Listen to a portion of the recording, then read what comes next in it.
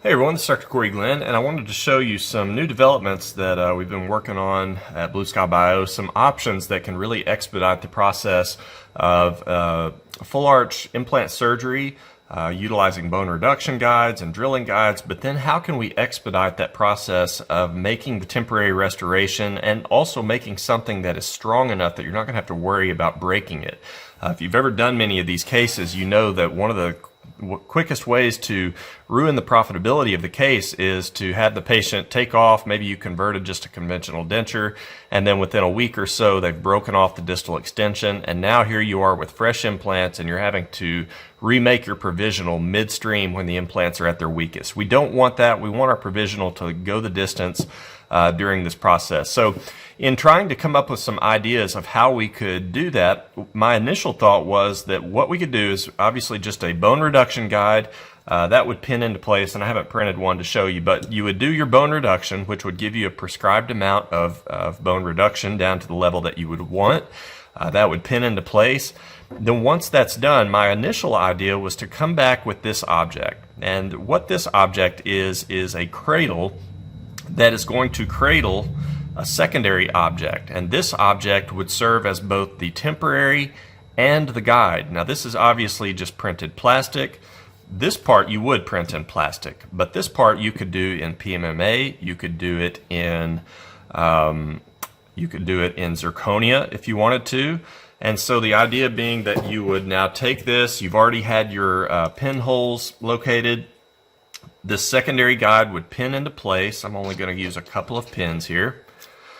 And that will function to position this secondary guide. And again, this guide serves as both your temporary and as the surgical guide. So these holes have been positioned such that now you take your guided kit, in my case I'm using the Blue Sky Bio fully guided kit, and you would come, and now this serves as your guide, right? So it's fully guided keyless kit. The keyless kit allows the built-in key to be guided as opposed to the drill. That allows you to use one master cylinder, in this case not even a cylinder, just going straight to the plastic to control your guide. Now when I did this, the initial problem I ran into is, okay, you get right here, but you've got to bottom out on that stop, and I would obviously secure that if I was really doing this, but the problem was that your drill, your handpiece, runs into the teeth, if you can see right there. Okay, now one way to overcome that would be to use something like a drill extender, and you can find these in various heights, and that allows you to now be able to put this in and have no access issues. You can get in all the way and seat your drills completely in each of the sites, but that's a lot of drill, right? Unless you get a shorter extender, this is going to be difficult. And then there was the difficulty of, if you do this in a material that's strong enough it's not going to break, i.e. zirconia, adjustment is going to be very difficult. If your occlusion is not spot on, you're going to have great difficulty adjusting this. So I abandoned that idea and began trying to come up with another option, and I really like what we ended up coming up with. Okay, so imagine you've done the same bone reduction just via an independent guide, which would look just like this bottom portion, minus this floating part up top. Okay, do your bone reduction, take it down to the prescribed level, and now you take that off and you would grab this secondary guide.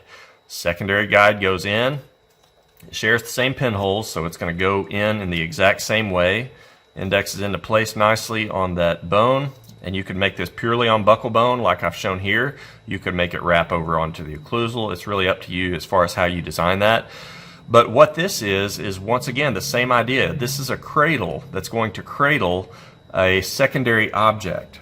And what I went with instead this time is just this idea of a bar. Instead of the full restoration, this is just a bar that serves also as the guide. So you can see the guide tubes are incorporated into this. And this object, ideally you would mill out of metal or print in metal. Okay, so printing, you're probably going to be looking at a few $100. Milling is going to be a little bit more than that probably, but it would be incredibly strong. And before the surgery ever even happened, you would have already indexed this into the position. So you can see there's only one way that this can sit inside of this cradle. And I would have taken some just global resin, whatever, and I would have luted over these connectors so that there's no tendency to move like this. I'm not doing that here, clearly, because resin will stick to itself. But I would have done that so that this is an immobile object. This would all be like a one-piece guide, okay? Now that solves our issue with the access. So now you can begin going through your guided sequence, and you could go through your guided drills. So one by one, you could seat these. You could proceed into the holes.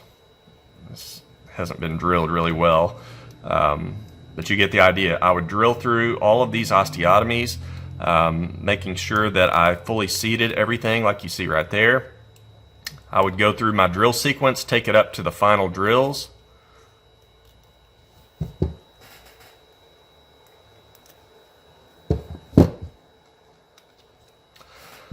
Take it all the way up to my final drill. Let's say that that was maybe a 4.3 by 10, okay? And then you could, while you've still got this on, guide your implants through it, okay?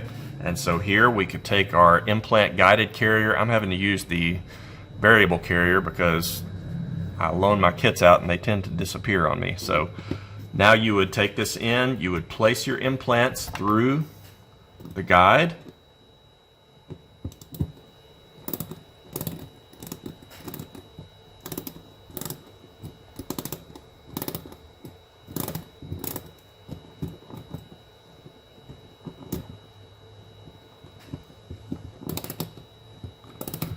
And this would control your trajectory all the way down, making sure that the implants get fully seated.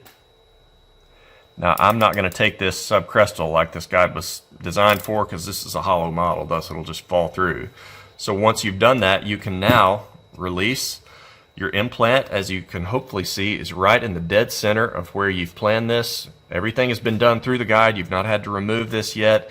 And once you do finish and your implants are in the right place, it becomes necessary to do your pickup. And usually the pickup is pretty difficult if you can't get access to that. But the cool thing here is that now we could section whatever resin we had luting this thing in place, because the implants would all be in. Section that resin, this metal bar, imagine again this is either metal or zirconia, would come out. And now that enables us to have access through these much larger holes to now take our multi-units and place them through the guide. Okay? I'll turn my patient upside down here. You would carry this into the osteotomy or into the implant with the carrier of some kind.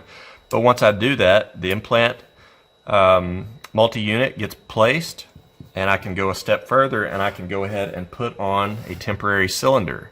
So the temp cylinder also goes on through this, and we would place our temp cylinder straight through the bottom. And let's imagine now that we've gone ahead and we've done all 5 of those implants, and now you could take your metal or zirconia bar, put it back into place for the pickup. So now use the resin or acrylic of your choice, squirt it down between this frame and the cylinder, and as soon as that sets up, your pickup is done. And notice we're not picking it up in a restoration, we're picking it up in the pre-made bar. Okay?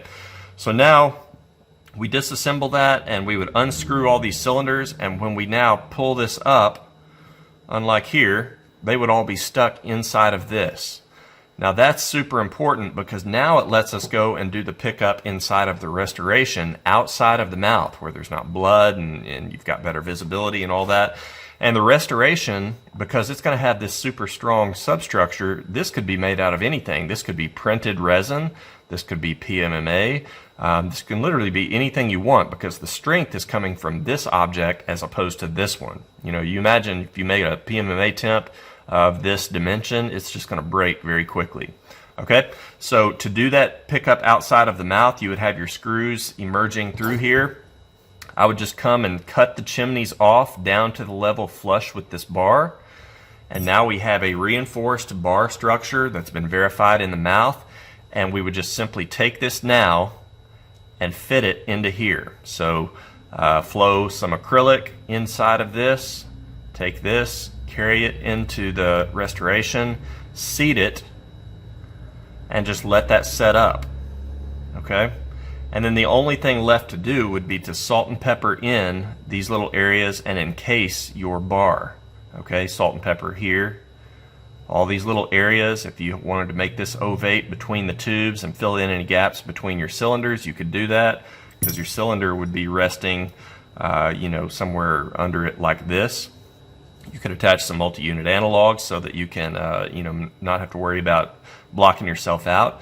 But this is the idea, is that this now metal or zirconia substructure is going to reinforce this and give you a super, super strong temp that you're not going to have to worry about breaking during the process. If you use printed resin like this NextDent MFH, if it does break, you can just repair it with some resin, because you're not going to break it catastrophically. It's not going to be a through and through break. It'll be a tooth chip or something. Break out the composite, just fix it. And so I really think this has a lot of potential to become a preferred way of doing these full arch cases. Really the only significant cost involved is the fabrication of this bar in either zirconia or metal. Again, I know that if you were to print this, you'd probably be looking at about $300.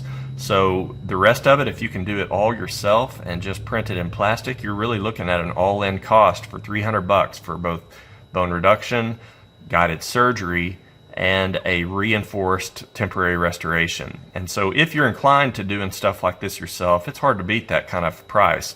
And then even if you're a lab, I think this is a service that you should consider offering, because it's unique. There's not really anything like this on the market currently, and it solves a lot of the current problems that we have right now in full arch dentistry. So I hope you found that useful.